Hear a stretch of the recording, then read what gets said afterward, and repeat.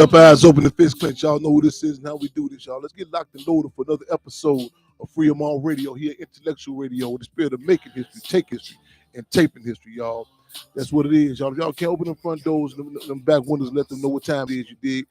We weekly program, the Black Panther Party, cuz again, on the spirit of the Black Panther Party, we say information is raw material for new ideas, y'all. We've been moving and grooving. Y'all done seen us, so we in the West Coast, East Coast, everywhere. So we back here. You know what I'm saying? Again, Chicago, the Midwest area, Maywood, you name it. We're going to go straight into it because, again, we moving a little late, so we are self-critical. But we say quality time outweighs quantity time. We're going to go right in because as you've seen, we got a number of different things to touch down with. As you see, we be traveling the globe. We're going to hit a number of different places. We're going to touch down Philadelphia. May 13th, yesterday, marks the 40th year. I'd be kind of hesitant with that term anniversary, but the acknowledgement, the bomb being dropped on the Move family on Osage Avenue, May 13, 1985. Speaking of Philadelphia, it's a young brother. I want to make sure I say his name correct. 30-year-old young brother. It was known as the voice of the youth. I think it was LGP Qua. This young brother was a phenomenon, you know what I'm saying? And there's been a lot of discussion about him being murdered a few days ago, and the response has been off the hook. We're gonna touch down also about what's happening in Ohio, case of Rodney Hinton Jr. Well, actually, the case was his son was murdered, but Rodney Hinton Jr. is locked up in regards to a case in which they say he's being charged with the murder of the police in Ohio. We're gonna talk about that. The next court date is May 22nd. Also, talking about, ironically, the picture of his son with the football jersey. I think the son's about 17, 18. And speaking of which, I know a lot of times, what's the term they use for the baseball leagues? I can't recall the teams. Y'all have to bear with me on a lot of these different terms. I'm not up to date on the detail of the sports as much as I should be, but there's a phenomenon in regards to the youngsters with the football, and there's some football teams that's throughout the country, and in particular, a lot of the black youth is going to be called. It's an event this upcoming Saturday. Combine is going to be calling y'all to come on out here, and the address is I'm gonna get the address, but I want to even broaden our discussion about because I think it's imperative that whatever discussion we talking about, whether it be movie, sports, any dynamic, you know what I'm saying, again, put in this political context, you know what I'm saying, and I'm stressed to a lot of these youngsters to make sure they come on out there this Saturday, I believe. But let me break the ice. Let me first of all officially welcome our guest here and give a little background on who he is, a little background, what's going on, and the significance of what's happening Saturday and why, in particular here in Chicago, the weather finna break, it's finna get hot, you know what I'm saying, and there's been a lot of bad rap, but it's rap, people talking about, okay, I think a journalist even referred to sometimes, I forgot this term, about the black youth or something, about downtown Chicago. I can't remember the term they used, but it really it was like a blanket indictment on these on the youth. When they going down, I've got these terms they use about downtown Chicago. So people say, how can we get them engaged? How we get them involved? So on and so forth. And a lot of times there's a big disconnect. A great disconnect. A lot of times, in different venues, will be park districts, whatever the case may be, swimming pools, even summer jobs, whatever. It's really a lot of times people can't relate to how does it impact them. How can they relate to it? We gonna challenge that narrative, y'all. So with that being said, welcome to Freedom on Radio, brother. Give us an introduction of who you are and a little background on who you are. Is that my cue in? Yes, sir. That's your cue in. Yes, indeed. Okay. Well, look, my name is Keith Presley. I am the vice president of Indy Pro Football League, which is a professional football league, black-owned from top to bottom for 8-year-olds up to 17-year-olds, and then we have an adult league, 18 on up. We are based in Atlanta, Georgia. Really, actually Griffin, Georgia, but everybody's familiar with Atlanta, Georgia. But we currently have 40 teams in 20 different states. And this weekend, on May the 17th, Saturday in Chicago at Kenwood High School, we have a combine for all age groups to come out and try to make the team, make a professional team. This is a pioneer move. It's earth shattering. It's earth breaking. It's a movement that was long overdue. It actually preceded the NIL money that's currently being given to these quote unquote amateur athletes. But we're going to pay kids to play a sport that they usually get charged to play for. And the owner of the league, of the Independent Pro Football League, is currently trying to call in right now. Right. He said the line is busy, so you definitely need to. I got you. Let me click him in. Forgive me, I might lose you. I'm gonna lose you, my brother. Forgive me. So I'm gonna click. When he call right back, I'm gonna click him right in. So I wish we got, you know what I'm saying, we got to work with. Okay, as soon as he call back in, I'm gonna click over. I'm gonna click him in. Then so if we can't just tag team, I'm gonna get much information I can from both of y'all. Okay, so if you he said it's ringing but no answer. He's been calling since 8 o'clock. Oh, okay. Tell him call right back in now if you can. I'm gonna click over. I hit the phone signal. Okay. Tell him to call right back. Tell him forgive me. Call back in. I'm texting them now. I'm gonna get him now. Yes. I don't want to cut you because I want him to hear about. I mean, this guy. He's a phenomenal guy. I'm hearing. Yeah. He came up with the idea and the concept, and every time we have a board meeting, I thank him profusely for his ingenious vision. Hello. Okay.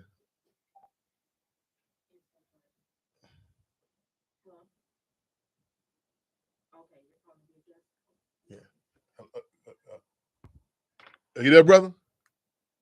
I'm here.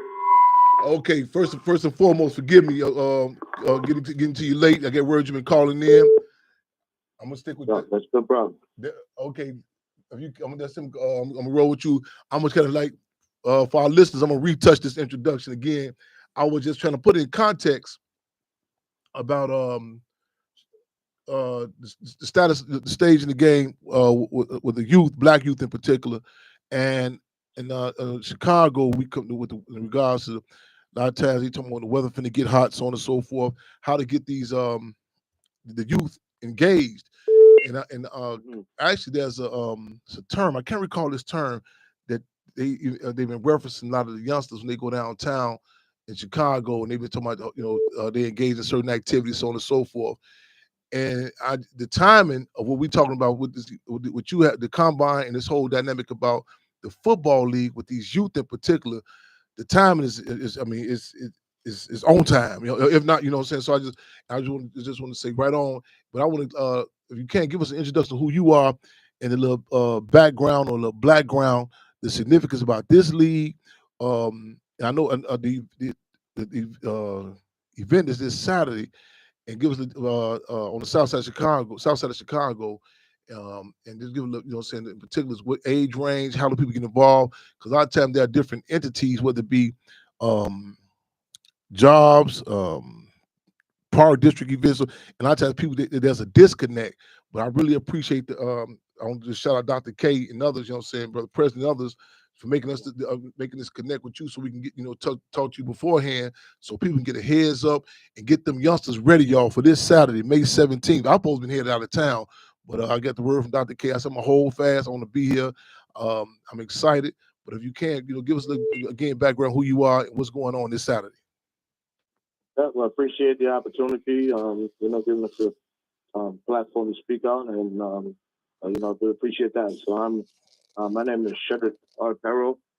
I am the owner of the Independent Professional Football League, or IPFL, Indy Pro Football, under the Association of Independent Sports, which is the AIS, because we have multiple sports that we're launching, but football is the first, the one that's completely organized, but we're launching multiple sports under the same platform, where the owners of the different teams and leagues are ex-athletes. One of the things that is significant, it is 100% black-owned, the first 100% black-owned professional football league. Wow. And with that being said, that means that we don't have any all the investors, all of the owners, all of the principals, everybody's 100% black. You know, we don't have to be considered or voted to be black owned because we are, everybody in the organization is black at this and one of the reasons that it was I guess where the vision came from was you know, you hear so much about the NFL not having black ownership, and I was listening to a interview with Kanye West and Damon Dash and a few other people, and they were saying about how, you know, we need to get together, buy NFL team and things like that. Well, my perspective on that was, you know, why are you knocking on the door and they don't want you in it? You know, they make sure in all this time they haven't let anybody in it. You know, what's the deal of trying to infiltrate a system that they don't want you in there? And I mean, you have people that say, oh, such and such owns team, and it's like they own 4%, 3%, 2%, whatever. They don't even have voting rights. So that's not ownership, it's just a novelty. Yes. Almost like a mascot, but it gives people the perspective to say, oh yeah, there is black ownership, but ownership is not, can't make the rules. So, and I own Anani Studios, which is a film studio in Griffin, Georgia, which is south of Atlanta. And I started buying like the outdoor broadcasting trucks, so like the ESPN trucks, because I had a vision that, you know, we can take these little league teams and things like that and just, you know, start taping them and making them look like professionals and such. And when that happened, someone invited me to Morehouse because of the trucks, and they were like, you know, the HSBCUs don't really have production like that. You know, maybe you could come in and start producing their games. And when I went to look at the game, I think this was in 2014 or 2015, something like that. When I went to look at the game, it was the last game of this school season. And after the game was over with, you know, a bunch of guys was boo-hooing and crying like babies. And I asked one of the coaches, I said, man, what's wrong with these guys? He laughed and he said, oh man, their life over with. Now they got to go get a job and go to McDonald's and Waffle House or somewhere like that. They didn't make the league. So I asked him, I said, well, couldn't y'all have told him that 4 years ago? Yeah. Because who goes to the league from Morehouse? I mean, that's not a place where they're picking individuals from, and there's not enough opportunities out there for the players for you to make them believe that there's a chance for them to run up behind a ball for you for 4, 5 years, however, and knowing that they're not going to be selected to go any further and then laugh about it after the fact. So I immediately decided that I was going to create an alternative because, yeah, we may not be giving out $150 million contracts and such, but we still can pay more than they're going to make at a fast food restaurant or a restaurant chain. So I'm like, there's still athletes. There ought to be an alternative. So as we begin to do research on it, I kind of discovered that, you know, Little League football makes more money than the NFL. And I'm like, you know, these people are getting these kids to go about in all of these different areas of sports with the mindset of you're going to one day be famous, where people are paying to come to stadiums and come to parks to watch them play now. They have to train. They have to do the same thing in order to be conditioned to get out there on the field. And since somebody's making money, why are they not being compensated for it? And the last straw for me was I went to a soccer game with my stepson. You know, he used to come to me all the time. I'm buying him an $800 ball, $600 shoes, and all this stuff. He invited me to his game, and I told him, man, you suck. You know, I'm buying all this expensive stuff to you, and you got me wasting time coming to this game. Don't ask me to come to another game until you practice and learn how to play. Well, once he took 2 years to practice, he actually got good enough to get a scholarship, but he took to prove me wrong. He began to practice, and when he got good, he invited me to the game. And when I got to the particular game, I couldn't pay attention to him playing because I couldn't believe all the people that were out there. Everybody paid $10 to get in there. And I asked the lady, I was like, how many people you taking here? She said, it's about 30,000 people. And she said, we had 4 games before this one, and they were all at capacity. And $10 a head, they're selling hot dogs for $6, drinks and all that kind of stuff like that. I'm like, these people are making a lot of money, and these kids are out here running behind here just like athletes, I think that we can create something in order to be able to add value to the sport and be able to enhance the communities and allow people to be able to benefit instead of paying thousands of dollars for their kids to play in these little league sports and things like that. Why not compensate them and do the same thing? You know, put them on TV, get TV deals, and create a league that actually is dedicated to that specifically. And this is where we are now. You know, the league is, we have 5 divisions, 8 and 9. That's the little kids, 10 and 11, big kids, 12, 13, and 14, youth, 15, 16, 17, teen, and adults is 18 plus.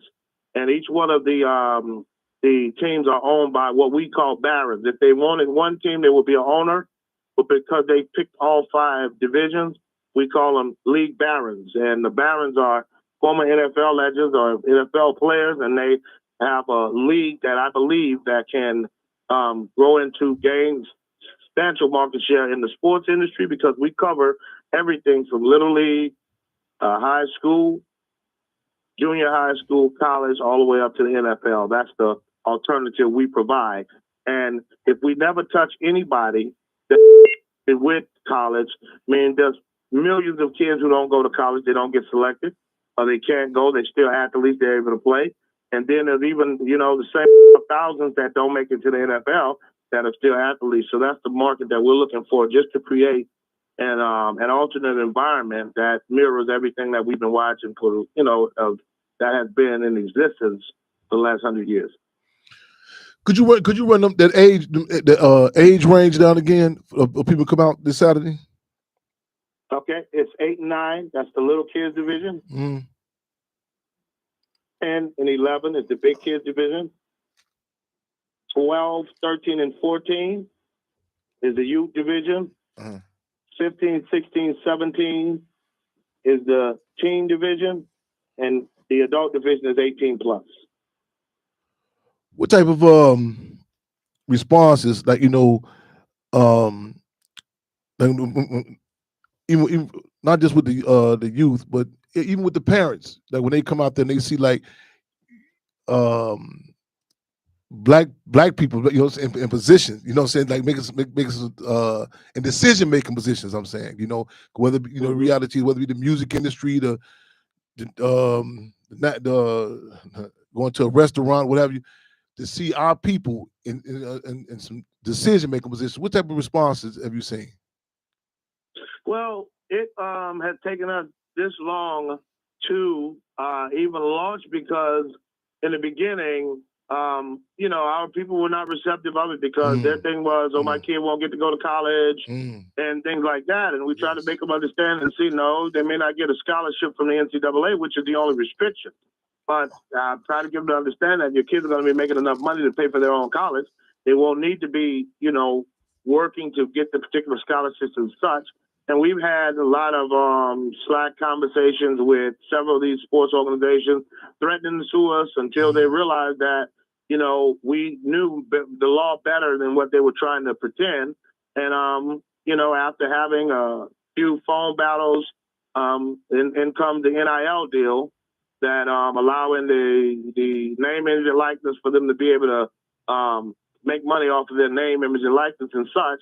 And now people are more receptive to it, because the other side has you know, kind of gone into it. So that's the thing that the only thing I will say is sometimes we as leaders in our Black communities are accepted in certain industries, but in other industries we still like, you know, I guess they feel that the experience may not be there and such, but you know, we have I would say the only challenge in being 100% Black owned is not having 100% support from Black people. If that makes any sense.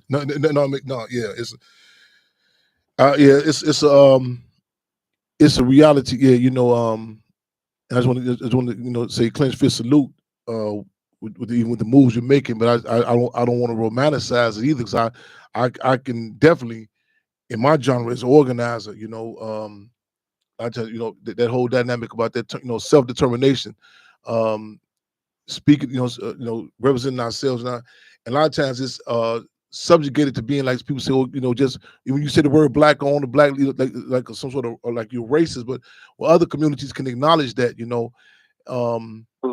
it's no problem. And people we like this term as opposed to role models, real models, where people can relate to see someone that they can relate to, that they can identify with, and it's not a racist statement. It's something they say, like they say in raising horses. It's a term. It's an axiom. They say an orphan horse is the most difficult horse to raise, because it has nothing like to follow up on how to trot, how to do different dynamics, and just even saying a lot of times even with culture. I like this in the movie industry. It was an interview with Denzel Washington, and he was explaining the different the dynamics in like culture, and the non-antagonistic way he was giving an example where he said, well, I think Martin Scorsese can do a Steven Spielberg film, however he can't, and vice versa, but they can't. But it's different cultures. When that conversation comes up, you know what I'm saying? Even with when our people say stuff like this, automatically guards up, oh, you tripping. And the dynamic of culture, that's something that's what I tell people, like in the health field, the food, is certain dynamics, like even to be able to relate, you know what I'm saying? So I'm just imagining, this football, everything dynamic, the trickle down impact, to see black people in decision-making positions, people they can relate to. And I tell people, like when Malcolm X said, the struggle for self-determination, even our mistakes belong to us. It's a different feeling, again, to be able, to relate, and to feel comfortable to have that conversation. And so, again, go ahead, brother. Mm-hmm. Yeah, one thing I want to point out as well is that, what a lot of people don't understand, and I try to make people understand this, I see human nature, humanity. Mm-hmm. I'm not the one who created this race situation. That came from somebody else. Yes. Yeah, the only thing I'm doing is trying to educate the people who've been fooled and misled all this time to wake up and give them an understanding that you're good enough. You know what I mean? What you have is good enough. You don't have to go after what they're saying or someone else is telling you that you should do. I'll give you the example of I was in a wealth conference, and this well-known guy, he was up telling people that he don't own a debit card, and he uses his credit for this and all that kind of stuff like that. And everybody who got up behind him, they were praising him with all of this stuff. So when it was my turn to speak, I'm like, well, let me ask a question. How many people in here can go in and have a credit score over 700? Few people stood up. Who scores over 750, they stood up. How many people in here has over 100,000 in loans? They raised up, people clapping. And I say, how many people have over $500,000 in loans? Clapping. They ask, how many in here have over $1 million? And they clapped. The room went crazy. I say, now stay standing if you can pay it off today. And then I asked the guy, what is your net worth? Well, what does that have to do with anything? It's a question that I can make a point if you answer. Oh, well, I would say maybe 30 million. I said, well, the difference between your credit and theirs is theirs is debt. Yours is not. Wow. Yes. So you're in a wealth conference listening to the wrong information because you're not at this level. And that's one thing that people don't understand. They aspire to be in ways like I hear people all the time. Oh, I just got in this investment. Yeah, Bill Gates is in it. Well, if Bill Gates loses $10 billion, he won't see it. I think you're in the wrong investment pool if you don't have that level of wealth. And that's one of the things that a lot of people don't teach, learning how to be at your level to be able to climb to the next level. Because that's what it's all about. Everybody don't start at the same place. But we together can get to the same place if we recognize and realize that we're the ones making everyone else situation a success. Yes. You know. And that's, no, go ahead. Go ahead, brother. Go ahead. No, I'm sorry. Yeah, that's what. Basically just touching on it because I like to differentiate the what you call like what people consider to be like militants or this, that, and the other. It's like, no, what I am is I'm aware of who I am. I know who I am. Nobody can tell me anything different. Now, if everybody can understand that who you really are, and that's what it's all about, is being able to know within yourself who you are, every accomplishment that you have. I just believe that it's a mindset. And the Bible says, so as a man think in his heart, so is he. Which means that the thoughts in your heart can be different from the thoughts in your head. So you can psych yourself to believe one thing, which is what most people are doing. But the question is, who are you? What are you in your heart? And that's the part that makes the difference. Right on. I just I think I seen a piece, maybe in a social media what is it, blurb or Instagram drop or something, and it was a comment about the dark skin, the models, the black models, but the dark skin models in particular, how they were forced all of them to cut their hair short, and majority of them were forced to cut their hair short, and they were showing in contrast the white models didn't have to do this. And I was just saying, wow, just the different dynamics. I mean, how how it impacts every aspect. I mean, you talking about models, and I tell even and we don't get a lot of times we don't get the credit, and people don't have that template or that resume of venues that Black people have been involved in. Like even in karate, they say the Japanese have a saying in karate that is actually an African art form that they just preserved it. And you hear about what is it, Brazil, capoeira, and different dynamics. How inspiring it is to have that type of discussion. And it doesn't, like, kind of touch back on the point I think we was touching on earlier, because the narrative is saying that automatically that that you're some sort of racist. No, but to be acknowledgeable of who you are, and especially something like football, I could imagine, like, just even them take into account something that may seem as apolitical, is like taking into weight size, size, saying this, and how to have some, again, people that you can relate to, breaking that down. What are some of the differences, like, saying, just say the benefits, again, like, for this league, not in addition to having people that you see them in decision making position that look like you and relate to you. Even like, say someone's on, let's go from the perspective of just playing football. Like, what are some of the benefits with that? Well, one of the I'm going to name the ones that I believe are most important. And I'm gonna name the one that's least important last. But one of the main things is, first of all, we have requirements that they can't play unless they keep their grades up. That's something that someone will say is common, but there's a different spin on it. Another thing is that if one of these players get hurt, the other players on the field, they can't go back on the field. It doesn't matter. If you get hurt in this game, you're not going back out there, which is what caused additional injury. We have sports medicine, mental health programs that we have, financial literacy programs that's mandatory for each and every one of the players. And also, they're getting paid. They get paid a salary. I mean, they get paid a substantial salary that allows them to be able to not only plan for their future, but also assist their parents today, because half of the money goes to the parents, the other half goes into a interest-bearing annuity that they can draw from at 17. So they are, one of the things that you just get a mental picture of. Some of these parents are paying $1,500 every time their child play for a team. Some of them are paying upwards of $20,000. I paid $16,000 for my daughter to play volleyball. And they play in order for you to obtain, if they win, a $2 trophy and maybe a piece of paper that says "good job." But the work they put into it is deserving of the millions of dollars the franchise made off of them playing.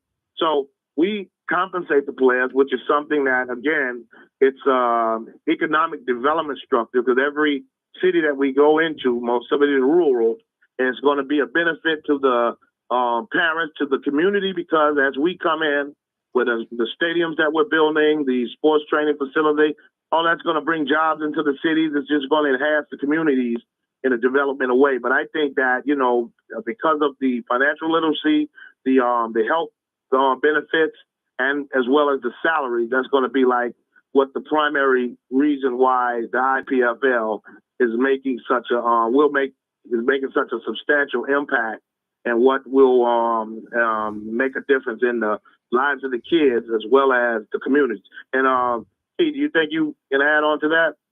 You have anything you think I'm missing? Do I think, man? You. Them was some hard hits and some hard hits, some HARD and HEART hits. Okay. Them was some them hard hits. Yeah. Right on. Okay. Yeah, definitely. Um, I don't know if you heard when I first came. I don't know if you did when I first with the introduction. I was talking about another subject matter I was going to touch on. Well, actually, a couple of subject matters we're going to talk about later on in the show. And I was just an image of this young brother, Rodney Higgins Jr., his son, who was murdered by the police in Ohio, and and just the image of him, he had the football uniform on, and I just even with the bonding, because I think it was a comedian made a joke or something, no, maybe in a sportscast, someone made a comment about like the contrast in both respective communities. Like he said, sometimes like in the black community, they look at the sports, like people think about how much money you're gonna make, so on and so forth. But other communities look at it as life skills, discipline, and different dynamics. And I was commenting on just that picture of this young brother. In addition to it's going phenomenal. It's going viral about Rodney Hinton Jr.'s the relationship. What I'm saying, it's evident that the bond with his son, and a lot of times just even the bond, in fact, the family bonding. And in addition to the to the fathers, the relationship, the parents coming out, so on and so forth. What is the culture of it like? Like when the youngsters come out there and play, is it is this like a calling card? That's it. Kind of answers the question too. That's something else. It's kind of like a rhetorical question. Like even that bond, like something, a venue where families can, send a bond in the families also. What have you witnessed with that? Like just in addition to the fathers, like other family members or community people coming out and being engaged with this. Yeah, well, we actually, with the combines that we've had, we've seen it. It's actually been great to see the support that these kids have, and that's one of the things that makes it so phenomenal, is because the support system for these is crazy. The parents are out there like they're NFL players. So they concerned about them. We had one person drove 7 hours just for his son to interview with one of the barons, which is Jamarcus Russell. He's league baron over the Alabama Forge in Mobile, Alabama. And and I witnessed, and with the thing that I was enjoyed is the barons are like, they don't come in like they're superstars.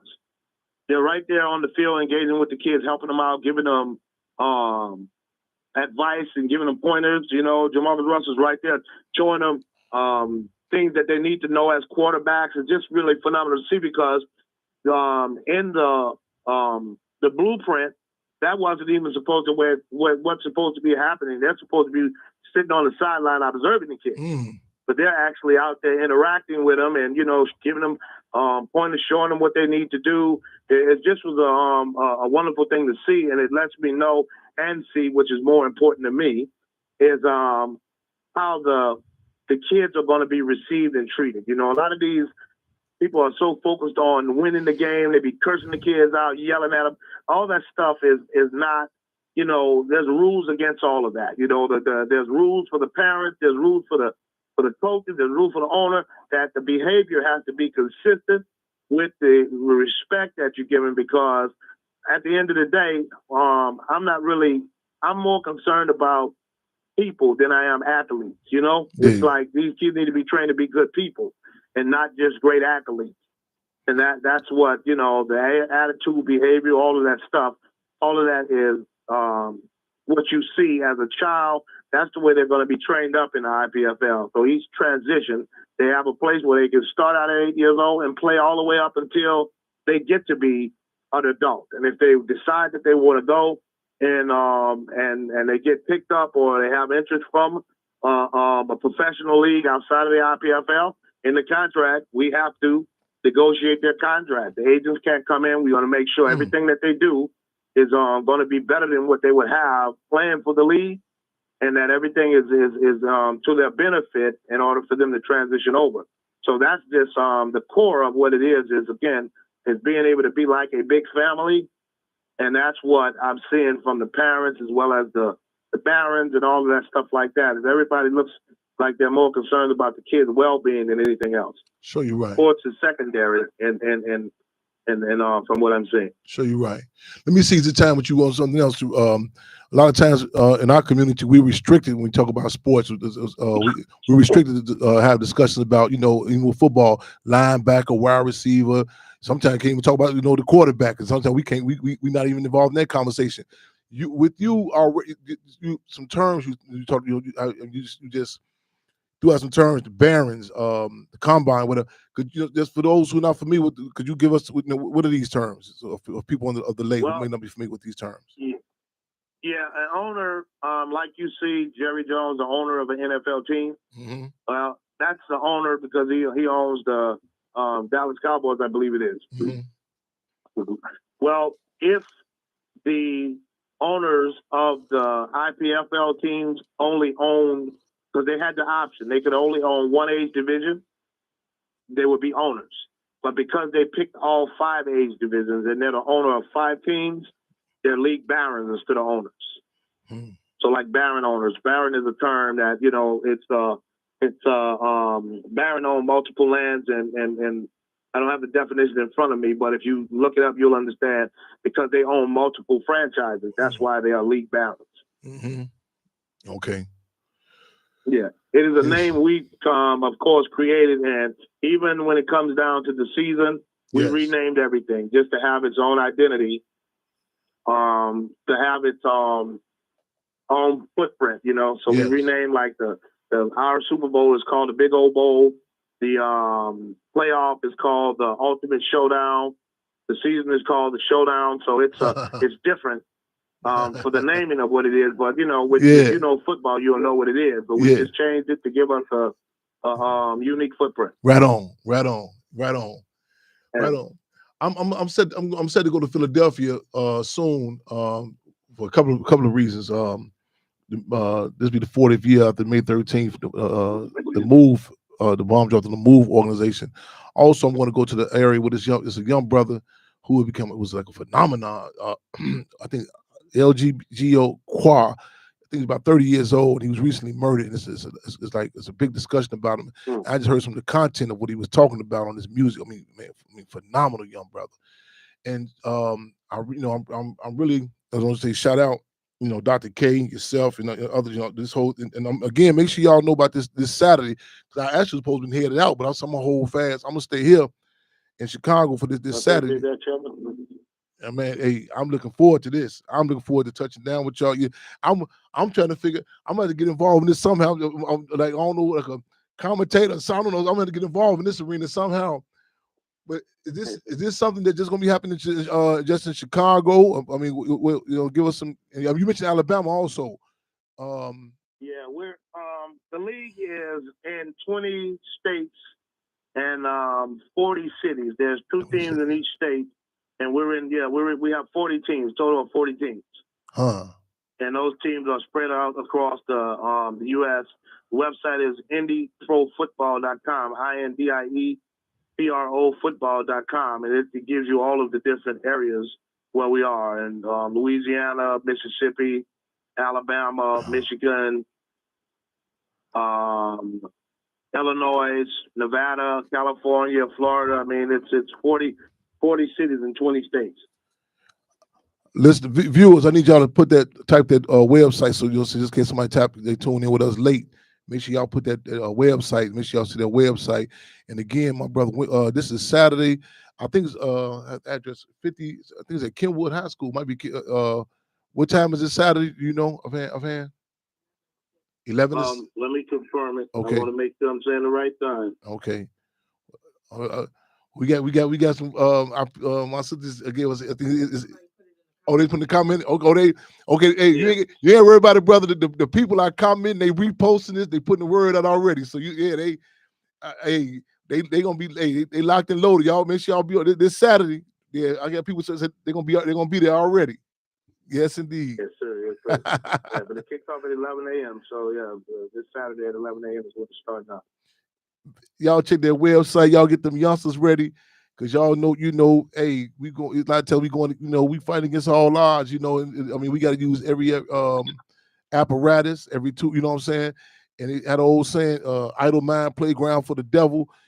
Man, keep the. With my organizing, I tell our people, let me get them youngsters for a minute. We gonna have them so busy, so task moving so much, ain't gonna have no time for no jive. You know what I'm saying? So again, y'all, Saturday, let's get them on deck. Let's make it make it a family affair. Let's make it a community affair. A community affair, y'all. Just get the word out. Sounds good. Bro, I think you always want to come on here. I look forward to touching. I look forward to no pun intended. I look forward to touching down with you. Yes, sir. Yeah. And hey, on the side note, I got the word on some far as movies and stuff. Sons of Anarchy. That you a fan of Sons of Anarchy? Is that true? Oh yeah, absolutely. We got a lot of conversations. I tell people that I say that I use that. There's so many. That movie is that series. I mean, it's so many dynamics in that Sons of Anarchy, and a lot of people be tripping. They're like, "Damn, Chim, how you into that? That's about the white bikers." I say, "Listen, hey, the objective realities that's in that. I'm talking about. I say it don't say you. It talks about life. It's not one episode you can just get caught up in absolute and say this is a bad character. You're able to relate. And I like this guy. This guy had said one time about chess. One guy commented, said life is like a chess game, and the other person said no, not really. He says a little more than that. He said, what do you mean? He said, well, your pieces, you don't have to deal with different personalities, different issues. I said, wow. And I tell people, even organizing, if a leadership got 500 members, or I guess even with the football team also, you might get a certain amount of players, but you have to take into account their families, the other stuff that come in, is involved, their children, so all these different dynamics, and Sons of Anarchy, y'all, that piece there, I tell people, it keeps you on your toes, and it's not because life ain't that, it's not that simple to come in and just say, well, this is a bad person, this is a good person, the different dynamics faced with, and I like that type, like that was something like even we have struggled with in the Judas and the Black Messiah, not to just be like, give you a position, to look at and ask yourself some questions. What would you do under certain contested conditions? And people say, what do you mean by contested conditions? That's, it's one thing, if you playing a sport or playing something, saying just if I gotta tell other guys, I say a lot of people just be shadow boxers, they say they the champ. I say, yeah, they ain't fought nobody, they the champ. I said, you made those contested conditions. Get out there, man. Get them cleats muddy. You know what I'm saying? Yeah. Right. You get to learn other people, and you get to learn yourself. You get to find a lot about who you are. Right. That's right. I agree. This been the blast. It's been a ball, man. Again, you are. I look forward to touching down with you. Anything else you want to give us? Close. Do not let this be your last time coming on air with us. Keep us updated. Well, I appreciate you, Chairman. I just want to, to everybody coming out, once again, I want to leave you with the website. It's www.indieprofootball, INDIEPRO football.com. And our slogan is Go Indie Pro. And we have a little corny saying that come catch a ball instead of catching the case. Huh. They told me to stop saying it because it's too corny, but I think it has relevance. And, that's the purpose of what we're trying to do is, again, create an alternative for these kids to have options and opportunity. Yes, indeed. I think the weather gonna be good too. I thought, man, whatever it is, I'm saying, hey, football, don't care if it's rain, sleet, or snow. This is what it do. Yeah, come catch a ball as opposed to catching the case. Real talk. All right, my brother. I'm gonna follow up with you. We're gonna be in contact. I'm looking forward to touching down with you Saturday. That in the spirit of making history, taking history, and taping history, man. Again, we live and direct here on Freedom on Radio and Intellectual Radio. Again, man, appreciate you, man. Brother Prayers, brother Dr. K, and my brother, appreciate you. Again, looking forward to following up with you. All right, sounds good. Yes, sir. Thank you. We live and direct y'all here at Freedom on Radio, on Intellectual Radio, spirit of making history, taking history, and taping history, y'all. Y'all forgive those who couldn't tap in with us, y'all. I can't, we got to seize the time. I mentioned a couple of things.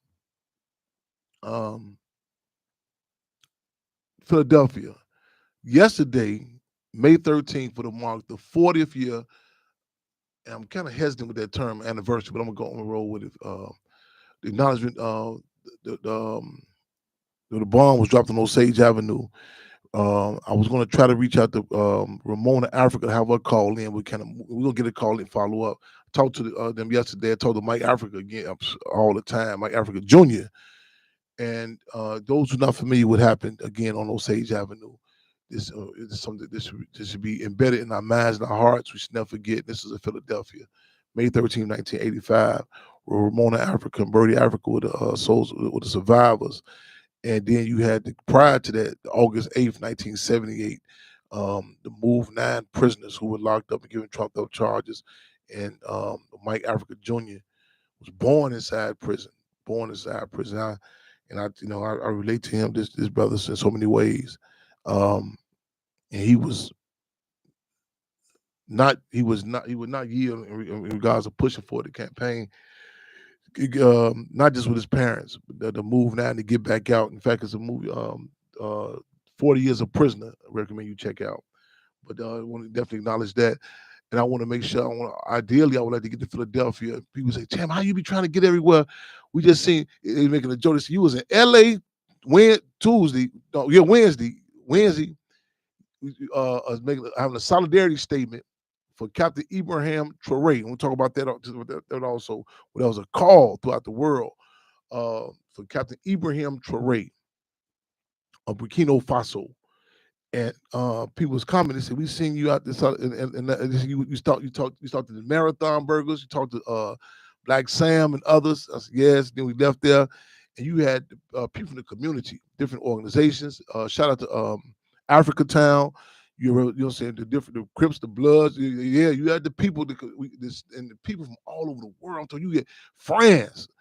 Shout out to our deputy chairman up there, Deputy Chairman Franco, the Black Panther Party Cubs, Chop. Yes, right. You heard me. Yeah. Yeah. The chapter in France, the Black Panther Party Cub chap. See, a lot of people be talking to me. They be thinking that they really. That's why I just take a lot. I just like when comrades go on security detail me. They come back from out of town. They be my most best advocate. They say, man, chairman got to deal with chapters in Louisiana, Brazil, Sao Paulo. Our deputy chairwoman, shout out to Trujete, handled the work in Brazil. Our deputy chairman Franco, we fight the case up there in France. You know what I'm saying, throughout the world. So a lot of times people are subjective. They just see right now what they're dealing with.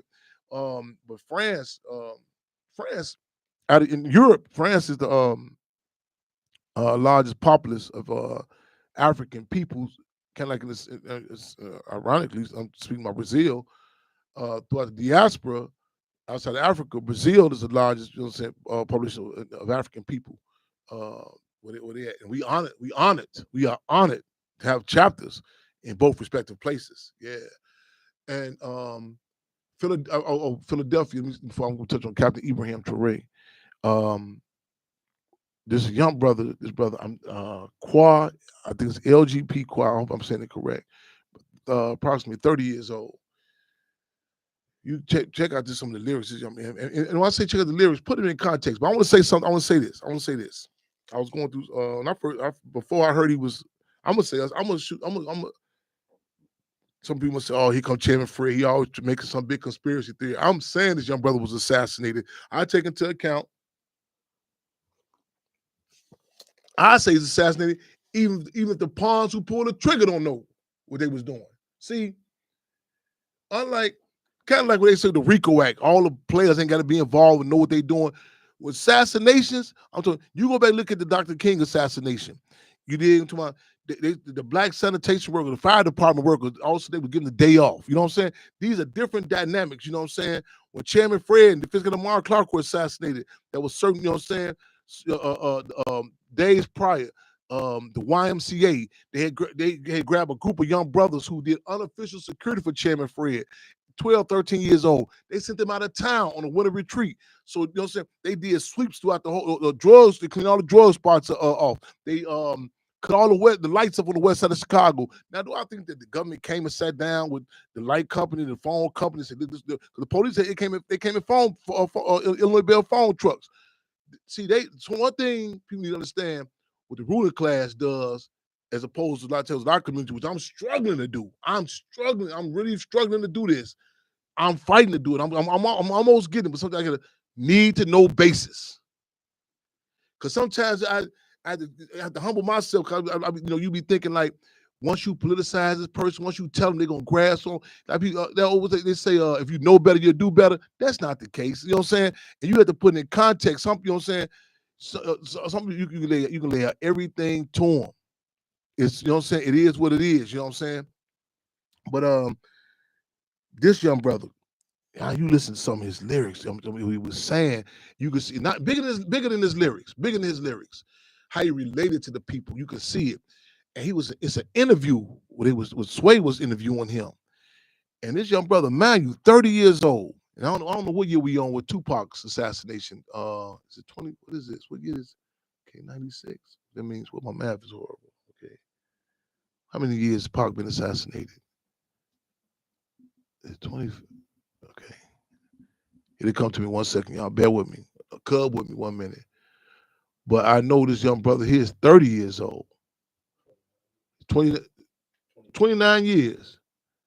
And this young brother is 30 years old, who I'm talking about, the quad in Philadelphia. They say, Sway asks and say, man, you don't really talk about yourself. You talking about others, you relate to other people. He say Pac was his influence. Pac impacted him.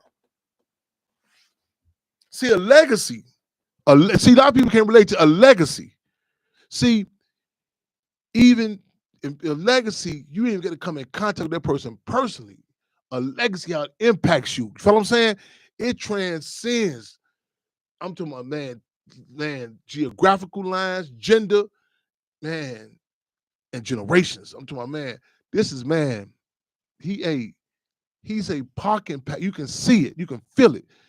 You know, and to leave that template for people that have something to relate to. They, you know what I'm saying? They can say, man, you know what I'm saying? I said earlier, this is the most difficult horse to raise is an orphan horse. And a lot of times our community does not have people that they can relate to. They, you know, and you say, well, it doesn't make a difference. Whether you want to talk about football, organizing, music, whatever the case may be, you know what I'm saying? Especially in our community, deeper than just a race question. Culture, you know what I'm saying? The people say, I can relate to that. And we're deprived of that. But this brother talked about how Pac impacted him. Tupac, you did? And that's why we fight so hard. A lot of people say, man, you know, why you be so passionate about, you know, the Black Panther Party legacy? You know, when they, you know what I'm saying, when they send these, you know, when the state comes in and hijack these legacies and play games with it, you know what I'm saying, you don't want to cross the T's and dot the I's. In certain moves you have, you know what I'm saying, it impacts you. And you go back and, you know what I'm saying, you look at it like, you know, people say, okay, it's not the exact down to the T of what I'm dealing with, but it's something that I can relate to. You know what I'm saying? And it's not a tailor-made suit, but you say, I can dig this. I feel comfortable in this. I feel comfortable talking with my people. I don't feel, you're not going to classify, you know what I'm saying? People say, well, you can get it. Like there was a big criticism, a lot of organizations, the Stop the Violence organizations that they was given within our community. These are people who, if they wanted to, could not relate to our community. You know what I'm saying? Even when these different narratives are written about us, or even representatives, these are people who cannot connect to the community. So I just want to point that out with this brother. He talks about how Pac impacted him. Captain Ibrahim Traoré, Burkina Faso. There's been a lot of discussion. It's been sweeping. It's been contagious. You know, there's this. I mean, from Chad to Mali to Niger, and it's not just all. It's not all beautiful. There are some contradictions coming out. People are saying, "What is this dynamic? What risk do you run about? You know, not going along with not going along to get along? You know, the class peace relationship with such entities as the IMF, the International Monetary Fund." What, you know what I'm saying, you know what I'm saying, the ruling class, where people can be dependent, you know what I'm saying, they're going to fund you, they're going to, you know, take care of you, and they say, what dynamics, you know, who is this? They even have a discussion about, you know, saying expelling such powerful entities as the French, you know what I'm saying, and what's in a person? It raises contradictions. Where Captain Ibrahim Traoré was reported, one of his security was approached with a proposal to set him up, Captain Ibrahim, to be assassinated. Then they say $14 million. And he turned it down, and that's blowing cats' minds. You go look at people tell you. You can get a cat drop for $200-300. That's no big deal now. You know what I'm saying? And see, at certain times when those you have to heighten those contradictions, kind of like not in the same spirit, but similar to like with Elian Gonzalez, from Cuba. The mother was traveling from Cuba to get to the U.S. and in the waters, and she died. But so the U.S. attempted to use this as a political football.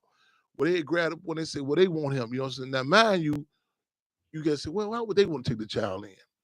And you know what I'm saying? And then with Commandante Fidel Castro, he fought. The father was still in Cuba. A lot of you say, okay, he got a surviving parent in Cuba. Why not get a child back now to his father? So all type of discussions happen about, they see the time when people didn't know about the embargo. You know what I'm saying? And when the child spoke, people said, wow, look how this cat got to be from Mars. And people said, no, he's from Cuba. How do they view education? How do they view healthcare? So heighten the conversation, heighten the contradictions. Go back and look at that case of Elian Gonzalez. That was in Cuba. It was another subject matter we supposed to touch on. Ibrahim Traoré, Philadelphia, something else. The verdict, Tyree Nichols' verdict. Memphis, Tennessee. You've seen the footage. Tyree Nichols was, beat to death. I'm not saying this is some sort of, slick sound bite. Like literally beat to death. The jury of 12 white jurors, they came back with a not guilty verdict on the 4 Negro, because two Negroes, Mississippi officers, they had copped the plea, but the other one, the other ones were on trial, and they were given a not guilty verdict. And this, kind of the timing of it, is interesting. Well, people, asking discussions about, the Rodney Hinton case, who went to court May 12th, and just even people seeing the images. In fact, the painting is been used for inspiration with Rodney Hinton in court. And people know in the back of their minds, what happens to you if you speak against the, law enforcement, let alone ensuring for his son, and then people are seeing him walk in court when there are at least 30 deputies. They're nothing less to intimidate him, at minimum. But you see him with his head up, chained and shackled, with his head up, and I look further in the video, and you can see when he's at court, when he looked out that window and seen his brother and his family, his wife, you seen, the image, you know what I'm saying? There's an old saying, people say, well, behind every great man, there's a great woman. I say, well, no, it's a people, it's a community. It's inclusive of women also, but to have that connection, a community, is something, And his brother was in the hallway when the sheriffs had him out. He said, listen, I just want my brother to know I'm here for him. And that's something, Minister U.E.P. News said, I don't fear death. I fear death without a purpose. You did. And to be clear, what's happening to him, and it's really heightening some contradictions. And the system, they're gonna try to, they went for the old usual tactics. They went back, they couldn't find him on his past record. They went for the try to say this is baby mom, this is his wife, the child's mother, your family, so. Because a lot of times all you gotta do is throw something out there that you high school dropout. That what? One more time, brother. Dismissive of anything else, and let's heighten the contradiction. Like there's no discussion or even knowledge of who the police was that killed his son. There's no mention of the name, none of that. There's no mention of the name. All right, y'all. So that being said, let me know if you got any questions. Tap in with us on Instagram. We on YouTube Live, and we also on Facebook Live. So we're gonna step back. My brother, shout out to the legacy of Miller Frazier. Y'all don't know who that is. A legend. We're talking about legacies, man. You got my brother Money Frazier, man. Go look on his page on Facebook, Frazier down there. I'm talking about. Hey, I tell you, hey, we take them youth down into that farmland. Hey, you talking about this brother be on? Hey, he come from trial. He be on trial and error. You know what I'm saying? Hey, I listened to some piece earlier, and they were saying to succeed, you can't fear failure. You can't don't make no mistakes, whatever. We done learned so much just about animals on the farm. Just, you know what I'm saying, with this brother, I'm talking about goat, you name it, different sort of the goats, the fating goat, all the different the sheep, you name it. You know what I'm saying? The brother getting down there.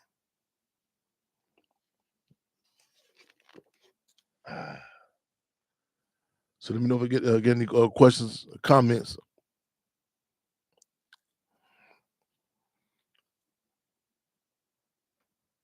So I think we touched on another. So yeah, so keep your eyes on what's happening in Africa, and go back and put it. And let me touch on that also while I'm speaking.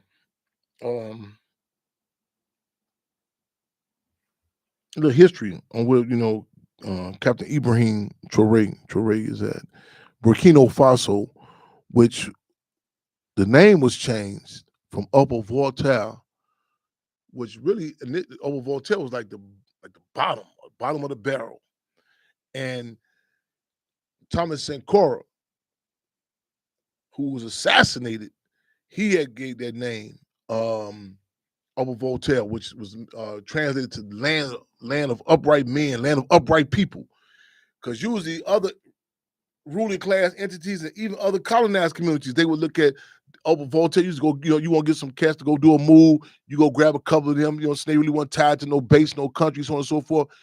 And they come from a deficit. And I'm telling you, that's who have nothing to lose. That's where change comes from. That's who change. Those, as Malcolm said, we have nothing to lose except our chains. And the type of this, like, even resource wise, it's not the most rich in resources, but and they're hiding the contradictions, as he said. The French would say that Burkina Faso is the most poorest land. He said, okay, leave. Excuse me, just don't leave.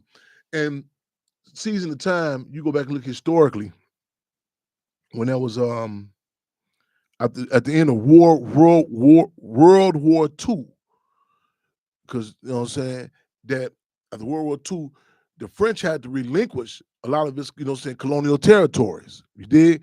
So see, you can't be subjected. You have to like even history, like you have to connect the dots. Say this, what say season of time. What's going on here? How this impacts that person? You follow what I'm saying? That you have a battle of imperialism going on right now. So you see certain dynamics happening. You like even with the what they call the Louisiana Purchase, where people say, how did Napoleon get such a deal?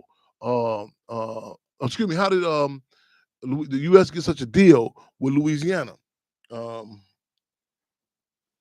I can see that comment. Somebody put a comment up. I go back and I want to see it. How did the U.S. get the Louisiana Purchase? So say they got the whole state of Louisiana. How did they get it for? It was 18,000. I forget the deal from France.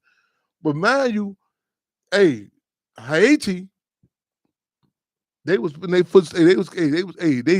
their foot so hard on Napoleon and the likes that they say, hey man, we can't deal with this and that, shake that. You know what I'm saying? You know what I'm saying? You like, hey, let that go. So you know what I'm saying? That's how even the Napoleon, the Louisiana Purchase, you know what I'm saying, the US was able to get that for such a deal. So saying it to say, keep your eyes on world politics, what's going on throughout the world. Because you know what I'm saying? Dialectical materialism is a philosophical tool that we relate to. You are impacted by the actions of others, and vice versa. Okay, I think I see some comments I missed. I'm not sure. Or questions. I'm looking on time. Too. We're on the countdown, y'all. But I think I touched on the main subjects. Super love and respect, man. Right back at you, my brother. Yes, indeed. I say 100 phrases. This brother's inspiration. You dig? Yeah. Oh yeah, I don't get this on my chest while I'm talking about it. So I was talking some contradictions about the grass. I couldn't get the grass cut at the Hampton House. So supposedly got people to come do it, so on and so forth. Well, open the door today. We got a code violation for the grass being too high, and so it was kind of like, damn. Anybody else got one of these? I see. after a while, you start to recognize, you know what I'm saying, these are certain heat come with it. It is what it is. So we got to get that. I'm gonna get a lot of people still get that grass, get that done. But it's something, you know what I'm saying, that should be done. You know what I'm saying? But I just want to point that out. Yes, indeed. Yes, indeed. I'm gonna be drained out of this. Excuse me. I know that. So, no comments. No. We're gonna. So again, that's Saturday, 11 to 6, y'all. There's Kenwood High School. Make sure y'all come on out there. The IPLA. Yes, indeed. Jerome Freeman in the building. Right on. That respect. Melissa Crawley in the building. So you're right. I think I seen some comments up here. How to roll this down. I thought I saw a question up here. Make sure I ain't miss it.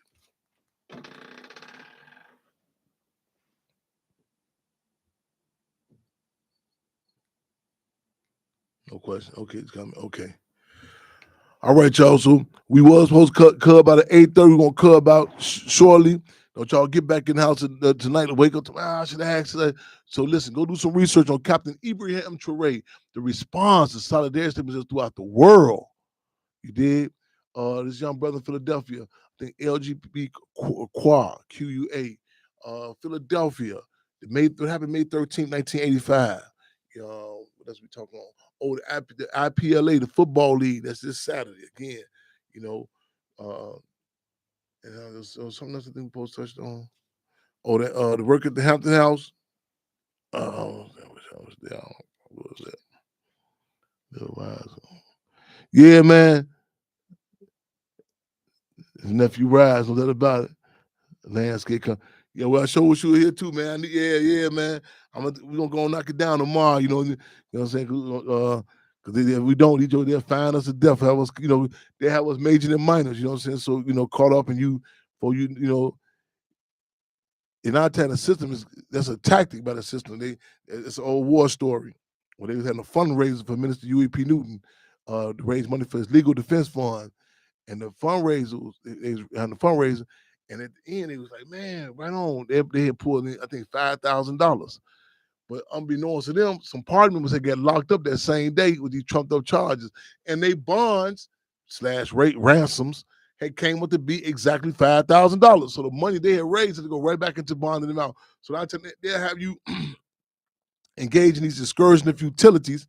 You can't keep your eyes on the prize. You can't focus on the agenda, because you sidetracking on minor issues. So they have us be trying to figure out how to get the grass cut. So we just gonna go and get knocked down tomorrow. You know what I'm saying? We got major moves to do. We got major factors. We got the Mumia Abu Jamals, you know what I'm saying, still locked up. You did. Got the C numbers, you know what I'm saying? We got real deal deadlines we got to hit, y'all, that we make sure we cannot be deterred, we cannot be sidetracked. We gotta, you know what I'm saying, stay focused. Real talk. So we're gonna close on out, y'all. Keep y'all heads up, eyes on the fist. Whatever support y'all can. Again, hit that Cash App, $ Save the Hampton House.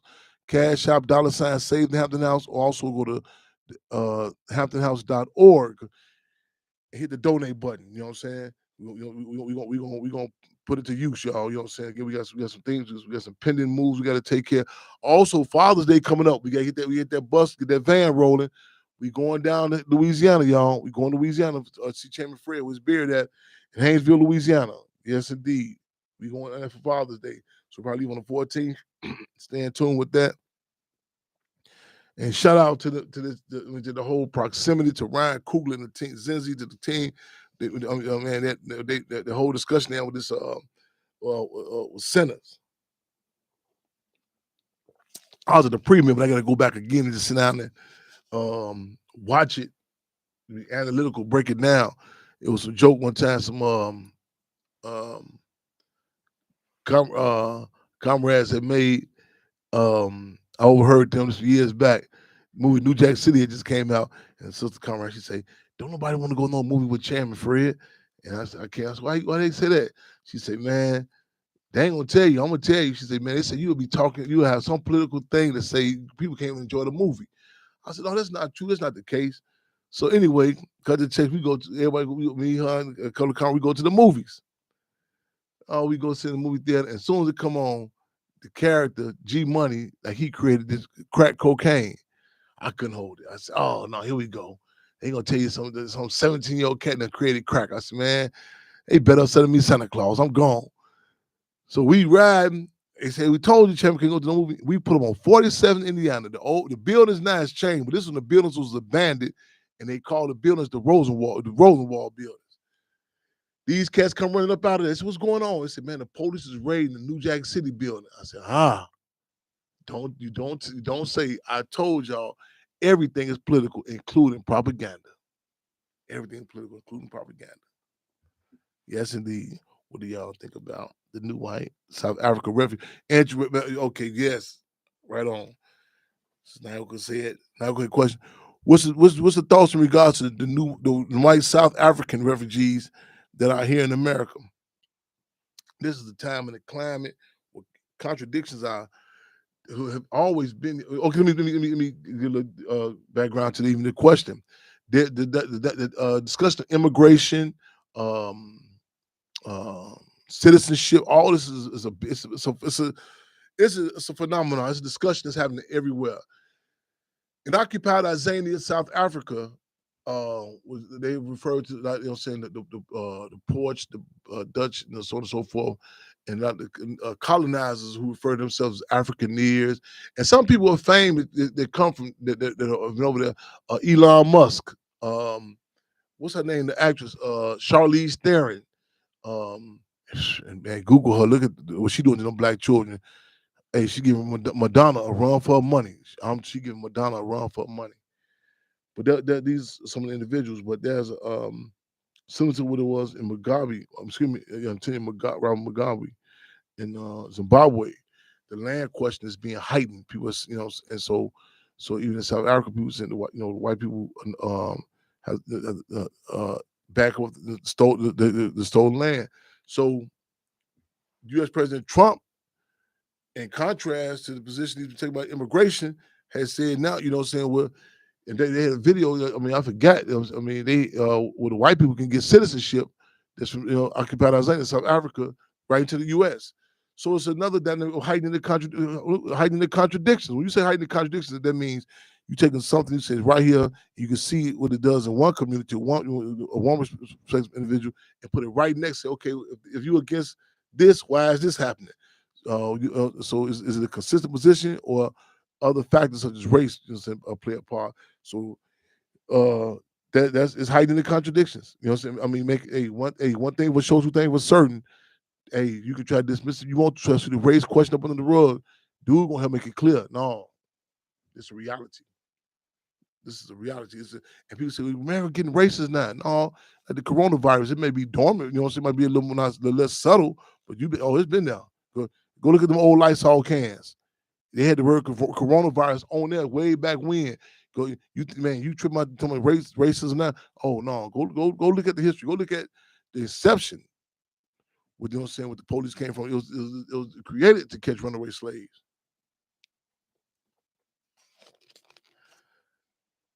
Great question, my sister.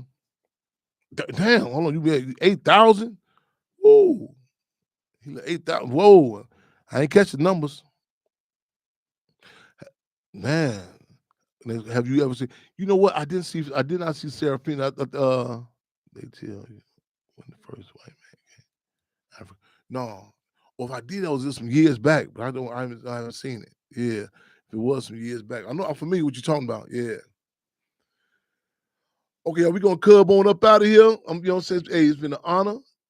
Shout out again to all those who tuned in with us, to phenomenal guests that tapped in with us. You know what I'm saying? Here, Intellectual Radio, making history, taking us and taping history, y'all. Keep your heads up, your eyes open, your fists clenched, y'all. What's the call? Free them all.